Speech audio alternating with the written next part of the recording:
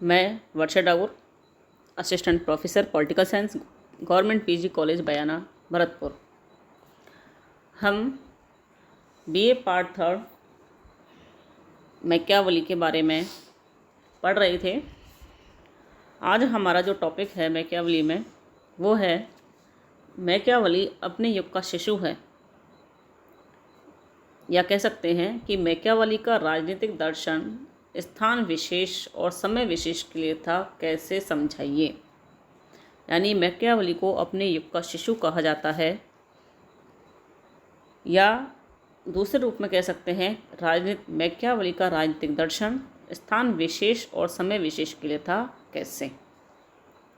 तो इसको हम समझने का प्रयास करेंगे कि कोई भी दार्शनिक हो, कोई भी विद्वान हो, वो साधारणतः अपने युग का शिशु होता है, क्योंकि उसके चिंतन पर उस समय की परिस्थितियों, उस समय की घटनाओं और उस समय की विचारधाराओं का प्रभाव पड़ता है, और वह अपने देश और काल के रंग में रंगा हुआ होता है।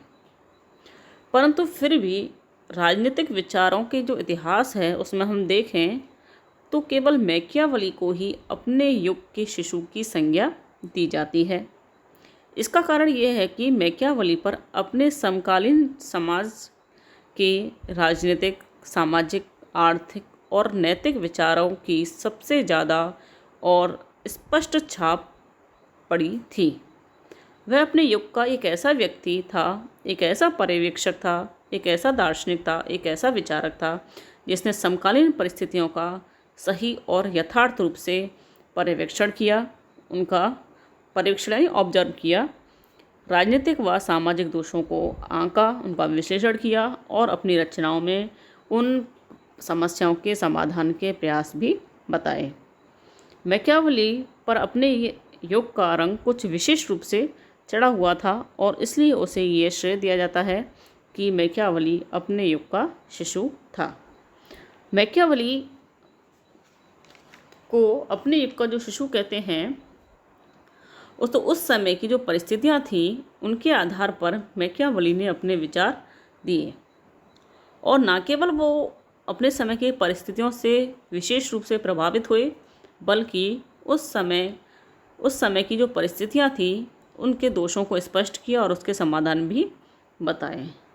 तो हम यहाँ पर मैकियावेली की जो रचनाएं हैं, द प्रिंस है या डिस्कोर्सेस ऑन लिवी है, उनमें भी कहीं ना कहीं समकालीन परिस्थितियों का विश्लेषण दिया गया है।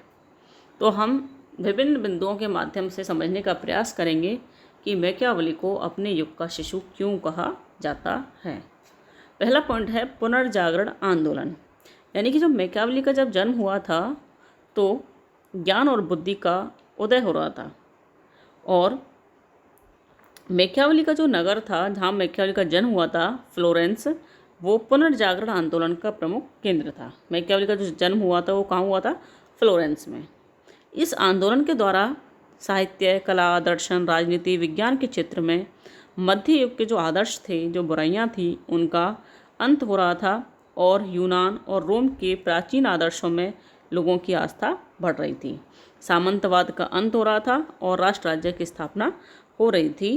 राजनीतिक क्षेत्र में जो धर्म और नैतिकता, चर्च, बाइबलवाद, ईसाइयत, इन सबको समाप्त किया जा रहा था।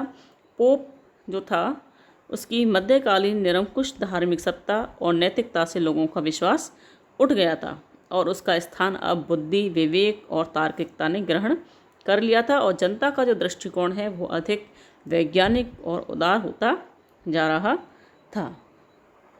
तो इस तरीके से जो पुनर्जागरण आंदोलन की जो प्रमुख विशेषता थी वो थी कि मध्य युग के प्रभाव से पूर्ण रूप से मुक्ति मिल रही थी, और इस सब का प्रभाव मैकियावेली पर भी पड़ा।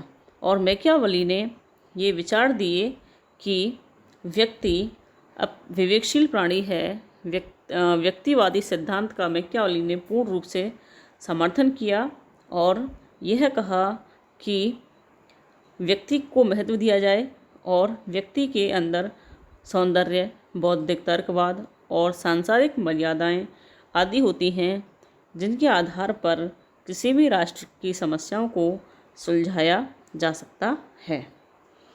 इसके बाद हम जो दूसरा पॉइंट है, शक्तिशाली निरंकुश राजतंत्र की स्थापना। इसका तात्पर्य यह है कि पुनर्जागरण जो काल था उसमें काफ़ी सारे राजनीतिक परिवर्तन हो रहे थे।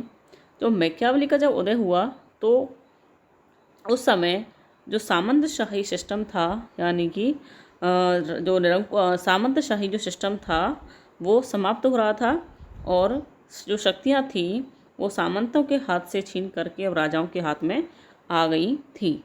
और चर्च और हर क्षेत्र में अब किसका वर्चस्व था? राज्य का वर्चस्व था। सभी जगह पर राजाओं का शासन था और सामंतवादी जो सिस्टम था वो समाप्त हो रहा था। इंग्लैंड में देखें तो हेनरी सप्तम, फ्रांस में लुई एकादश, चार्ल्स अष्टम व लुई द्वादश, स्पेन में फर्डिनेंड, इन्होंने निरंकुश राजतंत्र की स्थापना की। तो उस समय मैकियावली ने भी ये सारी परिस्थितियों को देखा और मैकियावली ने भी एक ऐसे शासन पर बल दिया जिससे इटली में राजनीतिक शक्ति का केंद्रीकरण हो, इटली में एकता स्थापित हो, और इसके लिए मैकियावली ने एक निरंकुश राजतंत्र की स्थापना पर बल दिया। अगला है इटली का राजनीतिक एकीकरण और दुर्दशा। जो इटली थी उस समय जब मैकियावली का जन्म हुआ, उस समय जो इटली थी वो कई भागों में विभाजित थी। 5 भागों में इटली विभाजित था। नेपल्स राज्य, मिलान का राज्य, रोमन चर्च का राज्य, वेनिस गणराज्य और फ्लोरेंस गणराज्य। फिर से रिपीट कर देते हैं इसको। नेपल्स राज्य, मिलान राज्य, रोमन चर्च का क्षेत्र, वेनिस गणराज्य और फ्लोरेंस का गणराज्य। ये जो 5 राज्य थे इटली के अंतर्गत, ये आपस में संघर्षरत थे, आपस में लड़ते झगड़ते रहते थे और पोप इनके संघर्ष से लाभ उठाने का प्रयास करते थे। और विदेशी आक्रांता था, कभी फ्रांस कभी स्पेन, इटली में आक्रमण कर देते थे और यहाँ के आंतरिक मामलों में हस्तक्षेप करते रहते थे। तो इस प्रकार इटली में कभी गृह युद्ध, कभी फूट, कभी विदेशी शक्तियों का आगमन, कभी पोप, तो इन सब के कारण इटली की जो राजनीतिक जो दुर्दशा थी वो बहुत ज़्यादा भयानक थी, बहुत ज़्यादा खराब थी। तो ऐसे में मैकियावली ने इटली के एकीकरण पर बल दिया और वहाँ की जो इटली की जो दुर्दशा थी उस पर शोक व्यक्त किया और मेडिसी जो घराना था उससे आशा की कि वो इटली का एकीकरण करे और जो विदेशी जो बर्बर हैं, आक्रांता हैं, उनसे मुक्ति प्रदान करे। और इसीलिए मैकियावली ने कहा कि राजा का जो उद्देश्य है वो शक्ति का अर्जन और विस्तार होना चाहिए। धर्म और नैतिकता। धर्म और नैतिकता से क्या तात्पर्य है? 14वीं सदी में जब मैकियावली का जन्म हुआ था उस समय पोप के विश्व साम्राज्य जो था उसको जो सपना था कि पोप एक संपूर्ण विश्व में अपना वर्चस्व फैला देगा, उसका जो सपना था पोप का वो ख़त्म हो चुका था, नष्ट हो चुका था। और पोप का के जो कुकर्म थे या गलत जो कार्य थे उनके प्रति लोगों के मन में जो श्रद्धा यानी कि पोप का जो चरित्र था वो लोगों के सामने आ गया कि किस तरीके से पोप गलत कर्म या कुकर्म करता था और उससे लोगों के मन में धर्म के प्रति या ईश्वर के प्रति या पोप के प्रति जो श्रद्धा थी या विश्वास था वो सब खत्म हो गया। तो मैकियावली ने जब देखा कि किस तरीके से धर्म ने, नैतिकता ने मनुष्य को अंधभक्त बना दिया है, मनुष्य नैतिक अनैतिक के चक्रव्यूह में फंसा हुआ है, तो इसका भी मैकियावली पर प्रभाव पड़ा और मैकियावली ने धर्म और राजनीति का पृथक्करण करने पर बल दिया। अगला है मानव स्वभाव संबंधी धारणा। मैकियावली ने अपने समय में विशेष रूप से इटली में राजा, धर्म के क्षेत्र के सरकारी कर्मचारी और साधारण नागरिक सभी को भ्रष्ट आचरण में लिप्त देखा। शासक और पोप के संघर्ष, पोप के षड्यंत्र और साधारण नागरिकों के पतित तथा स्वार्थी आचरण ने उस पर मानव स्वभाव की बहुत बुरी छाप छोड़ी और उसने यह विचार व्यक्त किया कि ना तो मनुष्य में ईश्वरीय गुण हैं और ना ही वह नैतिक प्राणी है, वो अनैतिक है, वह एक जानवर के जैसा है और जानवरों की चालाकी और खूंखार प्रवृत्ति ही मनुष्य में दिखाई देती है। इस प्रकार इन बिंदुओं के आधार पर हम कह सकते हैं कि जो मैकियावली का जो चिंतन था वो उसके युग में जो विद्यमान जो परिस्थितियां थी उनसे बहुत ज़्यादा प्रभावित था। और ये जो उपाधि है कि मैकियावेली को अपने युग का शिशु कहा जाता है, चाइल्ड ऑफ हिज टाइम्स, वो उपाधि मैकियावेली को डनिंग ने दी। किसने दी थी?